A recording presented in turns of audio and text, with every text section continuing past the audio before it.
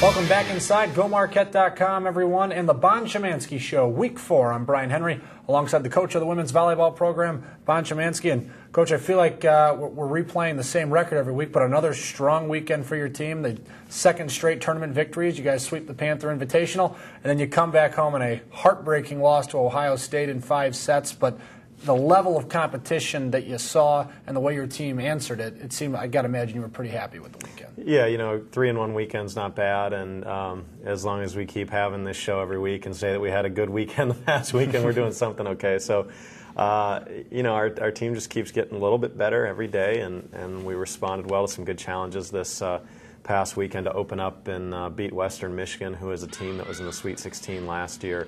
That was a great win for us, and I think a good confidence builder, but also a good gut check because we were still up and down in that match. And we need to find a way to level it off a little bit in terms of our consistency. But, of course, beating South Dakota then later that night, and then a good win against UW-Milwaukee. And then really pretty much fired on all cylinders in a lot of ways against Ohio State. And, a long 3-day weekend, and we just didn't really play clean enough at the end, and they took advantage of a couple of things. And, we have to chalk it in the loss column, unfortunately. But I like the fact that our team is competing in that level, but we're not just here to compete. We're here to win, and so we still have work to do. You mentioned, obviously, they played well against Ohio State. Is it difficult at all going forward, or a challenge for you as a coach to not let that be an issue when you step on the floor against Michigan then this upcoming weekend, to have that maybe a little bit of a bad taste, or to say, we let that one get away that probably should have been ours? Well, I think the burn is actually what flames the next match. I mean, and it's the burn from losing to Ohio State that really kind of like smolders that flame inside to work harder and really bring it against Michigan. And there's no way to replicate that. You have to go through it. You have to actually feel it. You have to taste it. And when it's sweet, it's real sweet. And when it's bitter, it's real bitter. And it's bitter for all of us. None of us are happy losing that match and happy just being in it. I think at times when you get beat 3-0, you walk away and go, geez, that team just beat us. But to lose in a 5-game match, a 5-gamer can go either way. You know that you're in there with that team.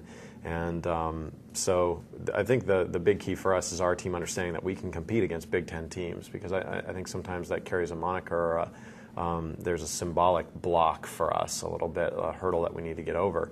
And I saw us get over that on Sunday against Ohio State. We're going to need that, obviously, going to Michigan. Off to a 9-2 start so far this year, the best in over a decade for the program. One of the biggest things that at least I've noticed, and other fans that have watched this program so far this season have noticed, is just the level of excitement on the court that you see day in and day out. Would you say it's a reflection of maybe the individual personalities of this team, or is it, obviously the success that's coming with it, because you really seem to see the girls really enjoying themselves out there, whether it's the first point or the last point of a match? Mm-hmm.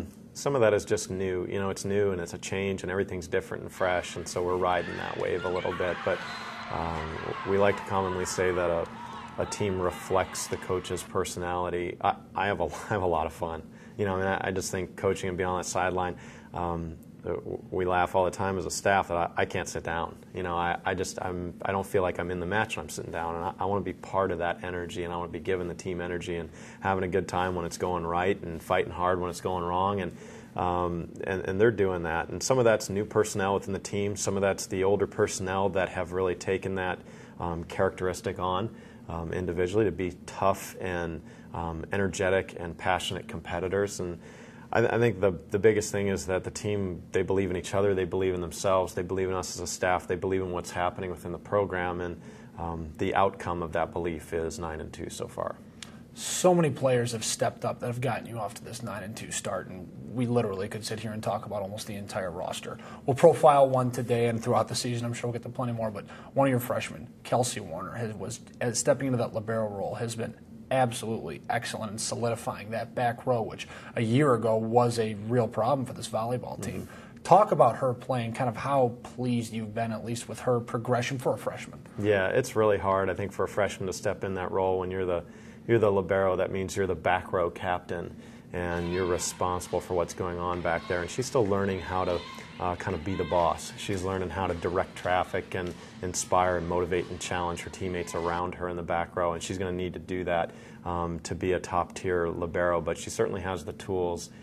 She has the skill, she has the touch, she has the vision, she has the tenacity. I mean, she's the right makeup of person that we want in that position, and she just needs more experience. And I met with her yesterday and told her, okay, you are no longer a freshman, you're my libero. You need to play like my libero every single time you step out on the court. And she knows it.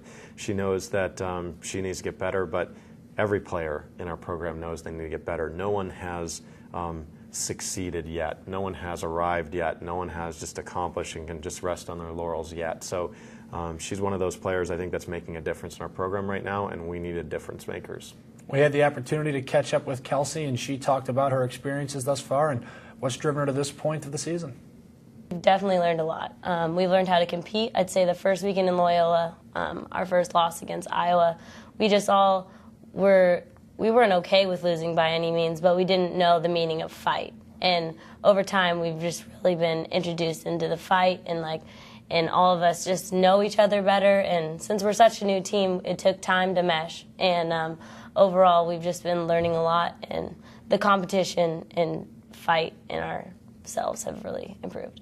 Well, as a freshman, you kind of want to just ease into the process, and you just want to be getting your playing time and working and performing at your highest level. But as a libero, you have to command the back row. It's completely yours, and you just have to completely work with everyone and communicate well. And so I think what he means with that is just he wants me to be able to command and not just step back and watch. And so it's been a transition, and it's definitely something I'm working on to direct traffic, per se, in the back row.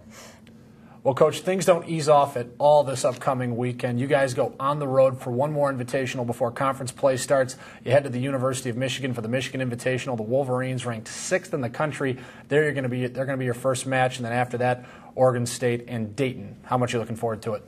We're really looking forward to it. You know, we felt like we put together a great schedule for our team to keep ramping it up as we went week after week after week.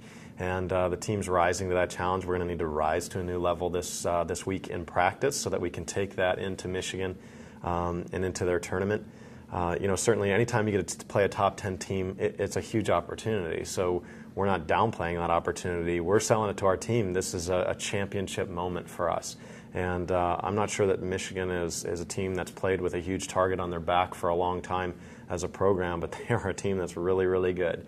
And so when we watch them on video this week and preparing for them, we're going to have to be spot on. We're going to have to be excellent. We're going to have to play at our best level to get a match from them.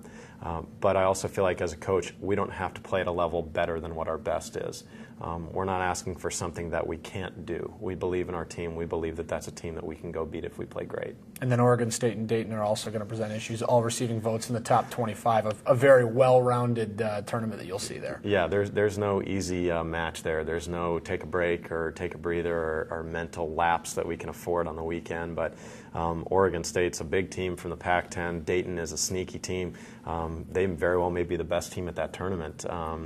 And so, I think this is a great load for us this weekend. And, as coaches, we say we want to be the best, and you got to play the best, and eventually you got to beat the best. And so there's a good opportunity for us to do it this weekend. Well, hopefully we see that. Coach, best of luck, and we look forward to talking to you next week, hopefully after another strong weekend. That's it for Week 4 of the Bond Shymansky Show. We'll see you next week on GoMarquette.com.